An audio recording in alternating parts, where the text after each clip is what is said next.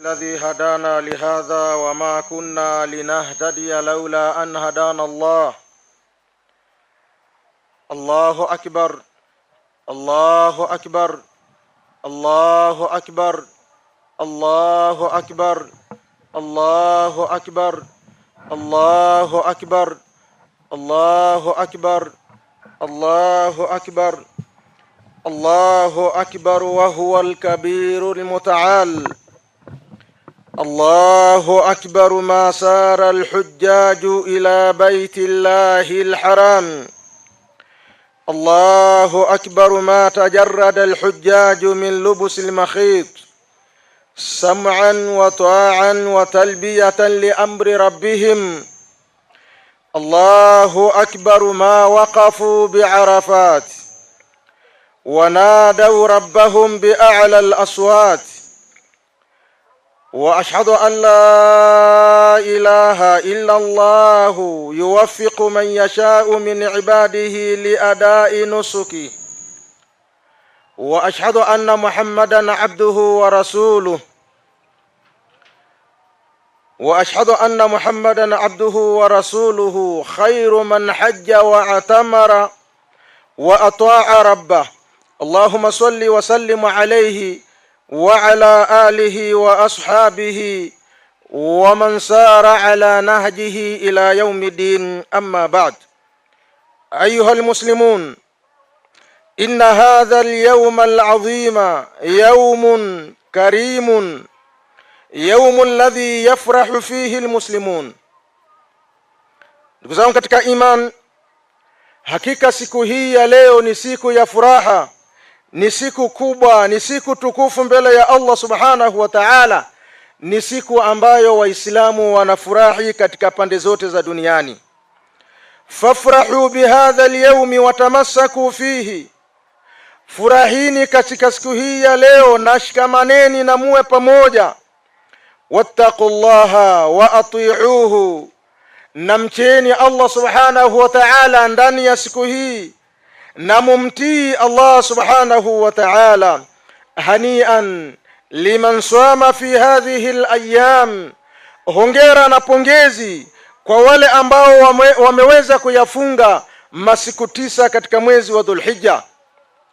Hanian liman tasaddaqa fi hadhihi al-ayyam, hongera na pongezi vile vile wale ambao wamefanya matendo mazuri ikiwemo kutoa sadaka kwa ajili ya Allah subhanahu wa ta'ala katika masiku haya 10 katika mwezi wa Dhulhijja. Hanian liman qaraa al-Qur'an al-Karima, hongera na pongezi vile vile kwa yule ambaye ameisoma Qur'ani kwa wingi katika masiku haya 10 katika mwezi wa Dhulhijja. Hanian liman ishtara udhiyatahu, lakini hongera na pongezi kwa mtu ambaye amenunua mnyama wake kwa ajili ya kuchinja katika siku hii ya leo. Ayuha almuslimun, ndugu zangu katika iman, inna hadhihi al-ayyama ayyamu akli huwa min sha'airi al-islam. Kuwakusanya watu na ukawapa chakula katika siku mbili, siku ya Eidul Fitri na siku ya Eid al-Adha, na masiku matatu baada ya idi hii, sunnatun, jambo hili ni sunna. Watu kupiana vyakula, watu kukaribishana katika majumba yao, hii ni sunna. Lakini pia wa min sha'airi al-islami, na ni katika matukufu ya Uislamu, na ni katika nembo na alama ya Uislamu. Ndugu zangu katika iman, inna hadha al-yawma yudhakkiruna daiman bi abil anbiya'i alayhi salam. Siku hii ya leo inatukumbusha matendo mema aliyoyafanya Nabiullahi Ibrahimu alayhi salam, ambaye ndiyo baba yetu. Lakini vile vile inatukumbusha mtoto wake Ismail, na vile vile inatukumbusha mke wake Hajira radhiyallahu anha. Haulai kulluhum usratun wahida, hawa wote ni familia moja. Fa'alu amalan dhalan baqiyan ila yaumil qiyama,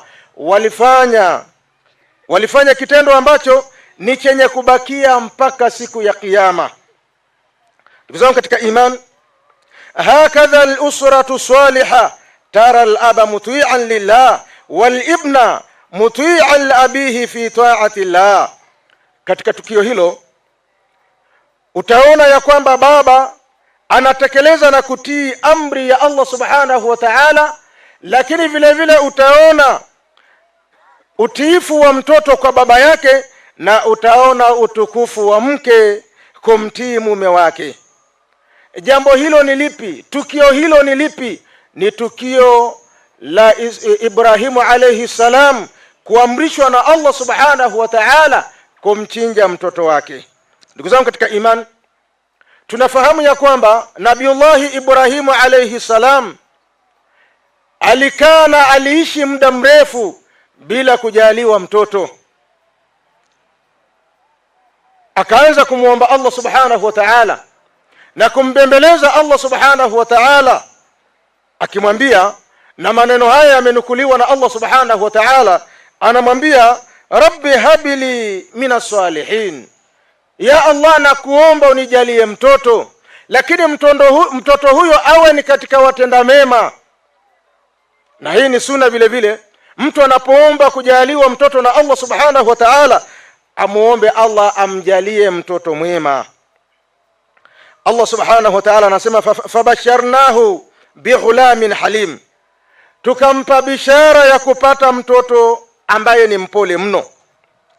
Na kweli akajaliwa mtoto na Allah subhanahu wa ta'ala, na yule mtoto akakuwa, akafikia mahala pa kuweza kumtuma, nenda mahala fulani, anaenda. Allah subhanahu wa ta'ala anasema falamma balagha ma'ahu as-sa'ya, alipofikia umri wa kuweza kwenda naye, anakwenda naye na kurudi, akapewa amri na Allah subhanahu wa ta'ala kwamba mchinje mtoto wako.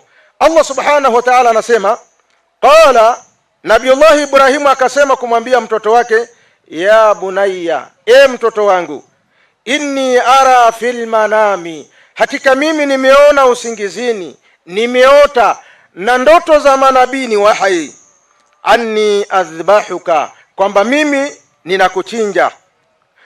Fanzur madha tara, angalia mtoto wangu, wewe unaonaje na ndoto hii? Unaonaje na jambo hili? Angalia majibu ya mtoto, namna alivyomjibu baba yake. Akamwambia, ya abat, baba yangu, if'al ma tu'mar satajiduni insha Allahu minas sabirin, fanya kile ulichoamrishwa na Allah subhanahu wa ta'ala, utanikuta mimi ni mwenye kusubiri insha Allah, akipenda Allah subhanahu wa ta'ala. Kwa mtoto akawa yuko tayari kuchinjwa. Allah subhanahu wa ta'ala anasema falamma aslama, wote wawili waliposarenda na wakajisalimisha kwa Allah subhanahu wa ta'ala, na wakawa wako tayari kutekeleza amri ya Allah subhanahu wa ta'ala, watallahu liljabin, na baba akamlaza mtoto wake kifudifudi. Wanadainahu an ya Ibrahim, tukamuita, ewe Ibrahim, qad saddaqta ar-ru'ya, hakika umeiswadikisha ndoto yako, hakika uko tayari kuitekeleza ndoto yako. Inna kadhalika najzil muhsinin, hivi ndivyo sisi tunavyowalipa watenda mema. Inna hadha lahu albala'ul mubin, hakika jambo hili na amri hii ni mtihani ambao uko wazi, ni jaribu ambalo liko wazi. Wafadainahu bidhibhin adhim, tukamkomboa Nabiullahi Ismail kwa kichinjwa kilichokuwa kitukufu.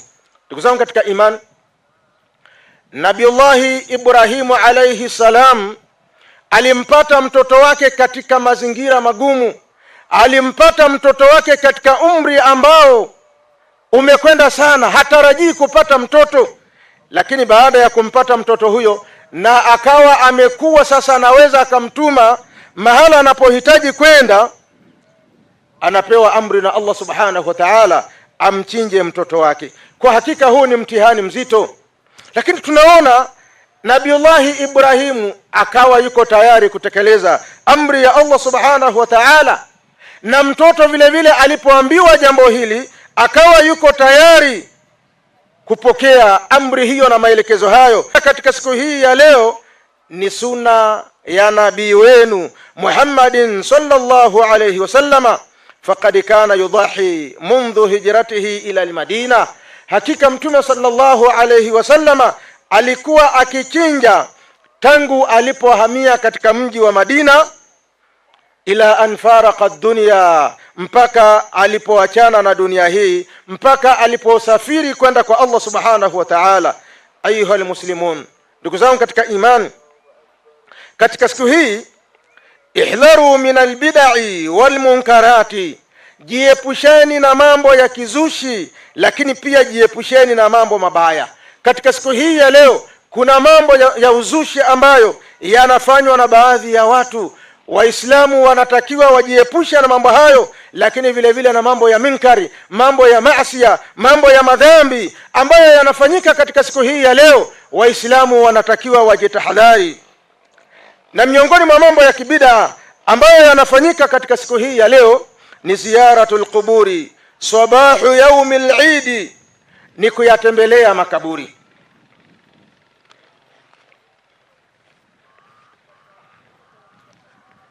Asubuhi ya siku ya Eid, watu wanapoamka wanakwenda wanaswali swala ya Eid. Baadhi ya watu wanakimbilia makaburini kwa ajili ya kwenda kuyatembelea makaburi na kuwaombea dua walioko makaburini, na wakiamini kwamba jambo hilo ni sunna na jambo hilo ni sawa. Wamehusisha siku ya Eid ni siku rasmi kwa ajili ya kwenda kuyatembelea makaburi. Ndugu zangu katika imani, hii ni bid'a na huu ni uzushi. Waislamu wanatakiwa kujitahadhari na mambo kama haya kwa ajili ya Allah subhanahu wa ta'ala. Ndugu zangu katika imani, siku ya Eid ni siku ya furaha. Siku ya Eid ni siku ya kusherehekea, sio siku ya huzuni. Unapokwenda kuyatembelea makaburi, utaliona kaburi la baba yako, utaliona kaburi la mama, utaliona kaburi la ndugu yako wa karibu, utaliona kaburi la shekhe wako. Yawezekana ukahuzunika siku nzima, utakosa hata ile furaha, hautokuwa nayo. Ndugu zangu katika imani, haya ni miongoni mwa mambo ya kuepuka katika siku hii ya leo. Lakini pia katika siku hii ya leo, miongoni mwa bid'a ambazo huwa zinafanyika ni Waislamu kufanya hitima katika siku hii ya leo. Mtu ameandaa dua yake kwa ajili ya marehemu zake, anawaombea dua na anaona ni siku maalumu, siku mahsusi kwa ajili ya dua. Ndugu zangu katika imani, mambo haya hatujaelekezwa na Mtume sallallahu alayhi wasallam. Kutembelea makaburi ni sunna katika siku zote, lakini unapohusisha siku fulani kwamba siku fulani ndo natakiwa niende kwa ajili ya kuyatembelea makaburi, siku fulani nitaandaa dua kwa ajili ya kuwaombea wazazi wangu au kuwaombea marehemu wangu, mambo haya ndugu zangu katika imani hayapo. Waislamu wanatakiwa kuachana na mambo haya kwa ajili ya Allah subhanahu wa ta'ala. Ndugu zangu katika imani, miongoni mwa mambo ambayo ni ya munkari na yanafanyika katika siku za Eid ni tabarrujun nisai wa khurujuhunna ila amakinil ikhtilati wa airiha. Ni Waislamu, ni wanawake wa Kiislamu kuvaa nguo za mapambo, kujipamba, na wakatoka wakaenda katika maeneo ambako kunapatikana watu wote na kuna mchanganyiko wa wanaume na wanawake. Anakwenda akiwa amejipamba, anakwenda akiwa hajavaa hijabu ya kisheria. Wakati anakuja kuswali swala ya Eid, amevaa hijabu yake vizuri, lakini akiwa anakwenda mahala fulani kwa ajili ya kwenda kutembea, ndipo utamuona amevaa nguo ambazo si za kisheria. Ndugu zangu katika imani, tuhakikishe tunawasimamia wake zetu katika siku hii ya leo na masiku mengine, wavae nguo ambazo ni za heshima, wavae hijabu ambazo ni za kisheria. Lakini vile vile tuwasimamie mabinti zetu, tuwasimamie mabinti ambao tunaishi nao katika majumba yetu. Ndugu zangu katika imani, miongoni mwa munkarati ambazo zinafanyika katika siku ya Eid ni musafahatun nisaa, ni wanaume kupeana mikono na wanawake ambao ni wakando, wanawake ambao ni haramu kuwapa mikono kwa sababu ya furaha ya Eid. Watu wanakuwa hawana mipaka, Akikutana na mwanamke yeyote anampa mkono kwamba leo ni siku ya Idi, ni siku ya furaha, tupeane mikono. Hii ni miongoni mwa mambo ambayo hayatakiwi. Haya ni miongoni mwa mambo ambayo ni munkar, ni miongoni mwa mambo ambayo ni mabaya. Muislamu unatakiwa ujiepushe na mambo hayo. Ahibatu fillah, ndugu zangu katika iman, miongoni mwa mambo ambayo ni makosa katika siku za Idi ni tarku salati aljamaa. Ni waislamu kuacha kuswali swala ya jamaa. Yawezekana wakashughulishwa na vyakula, wakashughulishwa na kutembeleana, mwisho wa siku wanakuja wanapitwa na swala ya jamaa. Hili pia ni miongoni mwa makosa ambayo yanafanyika katika siku ya Idi. Waislamu tuwe makini na kuswali swala za jamaa. Usiache kuswali swala ya jamaa kama hauna udhuru wa kuweza kuacha swala ya jamaa. Kwa katika siku ya Idi waislamu huwa wanajisahau, wanaacha kuswali swala za jamaa misikitini. Ndugu zangu katika iman, miongoni mwa minkarati ambayo inafanyika katika siku za Idi ni atashabbuhu bighairi almuslimina fil malabis. Ni waislamu kujifananisha na wasiokuwa waislamu katika mavazi. Yaani mtu anaweza akavaa mavazi ambayo si ya waislamu na mavazi hayo anayapenda.